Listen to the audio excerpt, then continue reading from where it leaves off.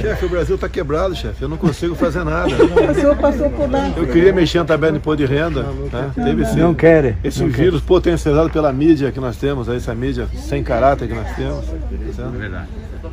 Mas o povo está alerta a isso. É um trabalho incessante de tentar desgastar para retirar a gente daqui, para voltar alguém para atender os interesses escusos da mídia. De algumas pessoas, Tá? né? E se some a isso, né, que o Brasil não tem uma...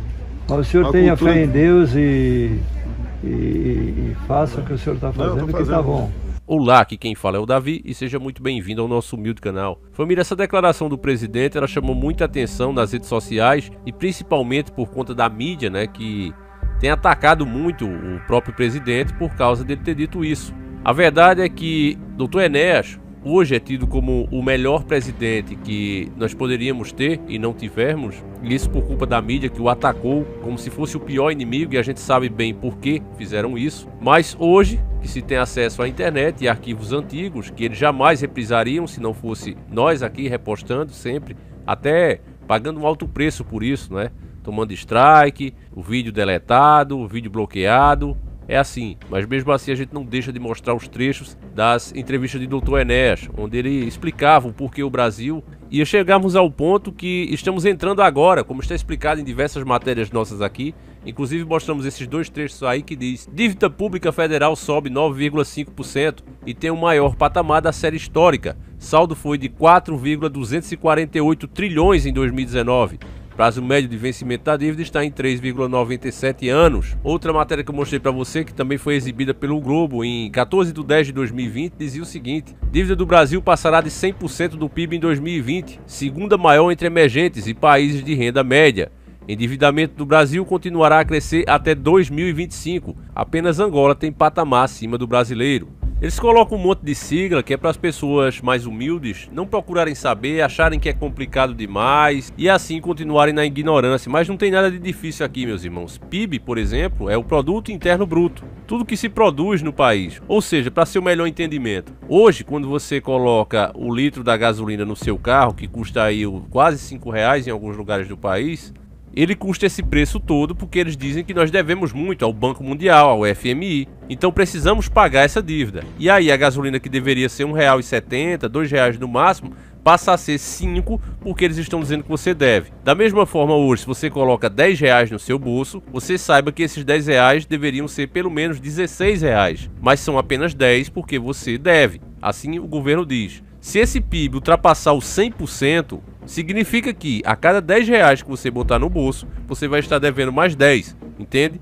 Tudo que você conseguir ganhar no mês, e não só você, mas todos nós, o Brasil inteiro, estaremos devendo 100% do PIB. Entende como isso é grave, meus irmãos? Então o FMI, meu irmão, para quem não sabe, é o Fundo Monetário Internacional.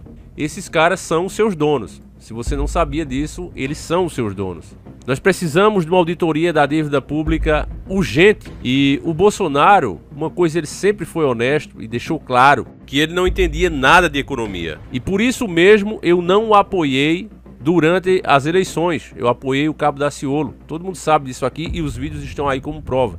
Quando o Bolsonaro deixou as suas ideias nacionalistas para apoiar ideias entreguistas, sabe? Ele se isolou da parte econômica. Ele disse: não, eu vou trabalhar pelo que é certo, pelo que eu sempre defendi.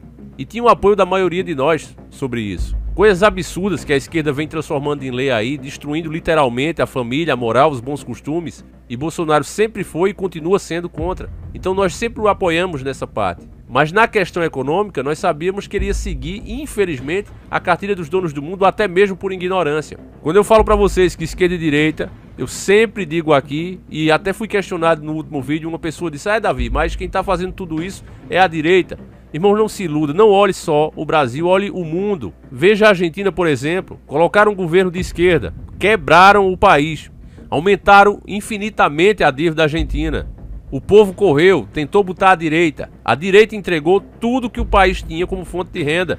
O povo desesperado, vendo a situação cada vez pior, devendo e perdendo o seu poder aquisitivo, voltou para a esquerda de novo. E o resultado disso, logo nos próximos anos, você verá. O Brasil vai seguir o mesmo caminho se a gente não perceber. Eu quero que você veja, inclusive, esse trecho, quando o Bolsonaro deixa clara a sua ignorância na parte econômica e que ele realmente não entende nada, irmãos. Ele foi muito sincero desde os debates falando sobre isso. Vamos ver esse trechinho. O senhor está falando de economia, o Marcelo Filho quer saber qual é a sua opinião sobre o tripé macroeconômico. Olha só, quem vai falar de economia por mim é a minha equipe econômica. Exige de mim a questão de entendimento em economia, então teria que exigir entendimento em medicina. Eu vou indicar o ministro da Saúde. Você pode ver, dos 5 presidentes militares, qual deles eram formados em economia? Nenhum. E trouxeram o Brasil da 49ª para a 8ª economia no mundo. Oi? Não, eles deixaram o Brasil com muita inflação, fizeram a dívida externa do tamanho que ficou. Não, a dívida externa foi de... Agora, mesmo com a dívida externa que era grande para aquela época... Tinha inflação, no governo militar não, tinha inflação. No final teve inflação grande no governo Figueiredo. Agora vamos ver o que Enéas pensava de um presidente que não entendia de economia. E o porquê que uma pessoa que não entende de economia nunca poderia fazer um bom governo por mais boas intenções que tivesse, por mais boa vontade, coragem, força. É impossível fazer um bom governo se você não entende, é a principal matéria. Escute quando o doutor Enéas, com suas sábias palavras, explicava isso. O senhor doutor no assunto? Não mesmo. Mas não sou burro. A diferença é essa. O senhor é um homem culto, preparado, evidentemente, nós sem sabemos. Compromisso. Sem nenhum compromisso. Nenhum com ninguém. Vamos ao inverso. Uma pessoa que não tenha nenhum compromisso, mas que não tenha nenhum preparo. Não puder. Perdoe, não creio. Sem preparo. Aí vem a história da assessoria. Mas a pessoa se tornará, perdoe-me dizer isso, até certo ponto um títere. Se um indivíduo, veja o senhor, não sabe o que se passa no ar, o senhor sabe por que eu estou estudando economia política há 6 meses? Senão eu não sabia o que se passava. Ele virar para mim e dizer assim, não, o choque heterodoxo é besteira. Eu estou dizer, não é não.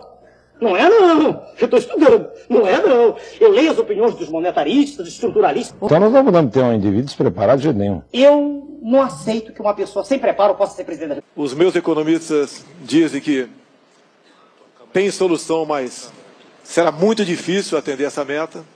Mas o senhor não se deixaria levar para um assessor? Ah, de forma alguma. O assessor vai me dar elementos para eu ler e opinar. Eu não vou dizer o que o assessor. Não vou fazer o que ele me diz, de jeito nenhum. Ah, não, de forma alguma. Um tremendo no economista que nunca esteve em governo nenhum, que se aproximou para colaborar. Eu dou graças a Deus por ter chegado ao nosso lado.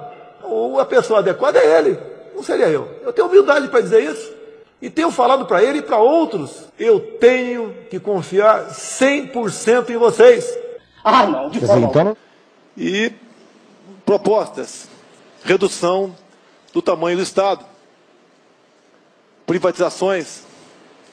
Dizem que isso é modernismo, que vamos ingressar no primeiro mundo, que o Estado deve ser o menor possível e que tudo que é estatal deve ser privatizado. A Petrobras vai ser vendida. O diagnóstico, por mim, todas. É muito interessante isso, porque o Bolsonaro era associado ao seguinte, não será vendida nenhuma. Ele é uma posição estatizante, etc, etc. Bom, agora vai ter uma resultante interessante, porque para mim são todas. Então, se não tem nenhuma e tem todas, deve ter algo aí no meio. E a gente conversa com muita franqueza sobre isso, com uma brutal franqueza sobre isso. Um tremendo no economista que nunca esteve em governo nenhum, que se aproximou para colaborar. Aí vem a história da assessoria, mas a pessoa se tornará, perdoe-me dizer isso, até certo ponto um títere. Eu tenho que confiar 100% em vocês. Ah, não. A Petrobras vai ser vendida. O diagnóstico, por mim, todas. Pretende-se entregar todo o patrimônio da nação. Estatais, Banco do Brasil, bancos estaduais, subsolo, Amazônia, enfim, entregar tudo o que representa riqueza, riqueza verdadeira, para os donos do poder mundial. Eu não vou mencionar os grupos aqui, mas são grupos super estabelecidos. Um é um grande grupo internacional e o outro é um grande grupo brasileiro. Um me deu a estimativa entre 500 e 700 bilhões e o outro me deu entre 700 e 900, valor médio de... Para essas 5, só para a Petrobras? Para a participação do governo em todas as estatais. Porque isso aí... todas as estatais. Essas são possivelmente as mais valiosas. As mais Era a participação do governo em todas as estatais. Estão juntando tudo da 500... Todo mundo, Caixa, Banco do Brasil, pega todo mundo e calcula quanto tem de valor econômico lá. Entendi. O valor esperado de um grupo era em torno de 800, no outro era 500, 700, era 600, a média era 700. Então eu falei, tem 700 de privatizações, programa de privatizações. Com o dinheiro arrecadado das privatizações, diz o governo, estaremos diminuindo a dívida interna do Brasil. Mas o curioso é que se vai vendendo tudo e a dívida interna está aumentando. Então, para que servem as privatizações? Privatizações são negociatas que servem para transferir o formidável patrimônio público para para uma minoria privilegiada de representantes legítimos do sistema financeiro internacional. O que eles pretendem é a demolição do Estado. Destruído o Estado, segue-se o esfacelamento da nação, fazendo com que o povo não acredite em nada que é nacional, com que perca a sua autoestima e que tenha vergonha de ser brasileiro. Mas a nação é o povo, com o seu território, com a sua história, os seus costumes e com a sua língua. Eles querem destruir nossa nação. Com a desculpa de modernidade, de entrar no primeiro mundo, o que estão fazendo é destruir a indústria nacional. Esta é a verdade sobre o projeto neoliberal, que a imprensa podre não mostra. É conduzir o nosso povo, qual manada de búfalos, para o precipício, para a escravidão. É como se fosse um gigantesco octopus, com seus tentáculos, sugando todas as nossas riquezas e drenando-as para os donos do mundo. É a perda definitiva da soberania nacional. Meu nome é Enéas. Entende, meus irmãos? Agora, porque tanta gente reconhece o Dr. Enéas como o melhor presidente que nunca tivemos, o cara, só por ser candidato, já estava se preparando há muito tempo. Ele, que era médico, renomado, conceituado, pelo bem da nação, ele queria ser presidente e sabia que precisava se preparar, ter muito mais conhecimento do que ele já tinha. Então ele estudou dia e noite com os melhores economistas do país, os quais fariam inclusive parte da sua equipe econômica. É assim que um presidente sério e que realmente quer fazer um bom governo teria que fazer isso. Isso deveria ser inclusive obrigatório. Porque, como ele mesmo disse, qualquer pessoa que porventura chegar à cadeira da presidência, repito, por mais bem intencionado que esteja, se ele não entender de economia, ele será simplesmente um refém do sistema. E é o que Bolsonaro é hoje, um refém do sistema econômico internacional, porque Paulo Jegues entrou realmente para trabalhar para o que ele sempre foi, banqueiro. E eu vou trazer agora o Cabo Daciolo, explicando alguns absurdos também sobre esse caso e por que o Bolsonaro precisa acordar urgentemente, o mais rápido possível, para que de fato o Brasil não afunde, meus irmãos. Em seguida a gente já encerra o vídeo e eu agradeço demais você que nos prestigiou com a sua audiência. Fique agora com o Cabo Daciolo e a gente se encontra amanhã, se assim o Criador permitir. Um abraço e tamo junto. Glória, glória a Deus. Dizer a todos, nação brasileira, o Brasil não está quebrado. Guardem isso, frisem isso. Querem quebrar o Brasil, mas ele não está quebrado. Vou falar aí, eu quero dizer a todos qual é o maior problema. Qual é o maior problema, Daciolo? Do presidente Jair Bolsonaro. Já falo. Mas antes, deixa eu chamar a atenção a algo aqui para todos. Observem agora o que está acontecendo no Congresso, que é a votação para os próximos presidentes, tanto do Senado quanto da Câmara dos Deputados. Observem que são todos amiguinhos. Povo, nação, todos amiguinhos. Esse papo de esquerda e direita é uma grande mentira. Olha aí, ó, vê os candidatos. De um lado, o Arthur Lira. Do outro lado, Baleia Rossi. Um é do PP, o outro é do PMDB. Se tem esquerda e direita, cadê o candidato da esquerda? Cadê o candidato da esquerda? Cadê isso? Tá todo mundo junto, irmão. Tá todo mundo junto. Diz que o Arthur Lira é o candidato do Jair Bolsonaro. Tá bom. E o Baleia Rossi? Não é? Ele também não é? O PMDB é cheio de cadeira do governo. Eles não são? São todos amigos. Parem de discutir sobre isso. Agora vamos para o que é mais importante. A nação brasileira. Lembrando a todos, me lembre aí, eu vou falar do auxílio emergencial também, da importância do auxílio emergencial, porque dinheiro é o que mais tem. Se o Brasil está quebrado, meu irmãozão, por que o salário dos parlamentares, do ministro do Supremo Tribunal Federal é tão alto? Por que depois das eleições eles aumentam os seus salários? Observa aí o que aconteceu agora há pouco tempo aí com o prefeito de São Paulo. Ele aumentou o seu salário, mal entrou, já aumentou o salário. Está quebrado? O Brasil está quebrado? Está quebrado só se for para o povo, né? A desigualdade social, é tudo para a minoria e o povão sofrendo muito. Está repreendido em nome do Senhor Jesus. Presidente Jair Bolsonaro, o grande problema é que Vossa Excelência acredita 100% em Paulo Guedes. Esse é o problema.